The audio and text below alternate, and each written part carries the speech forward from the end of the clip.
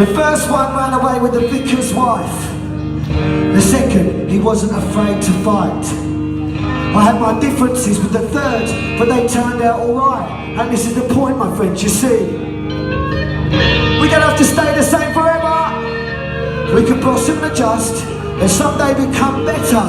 He could be happy, you could be happy, we can all be happy. But it requires practice.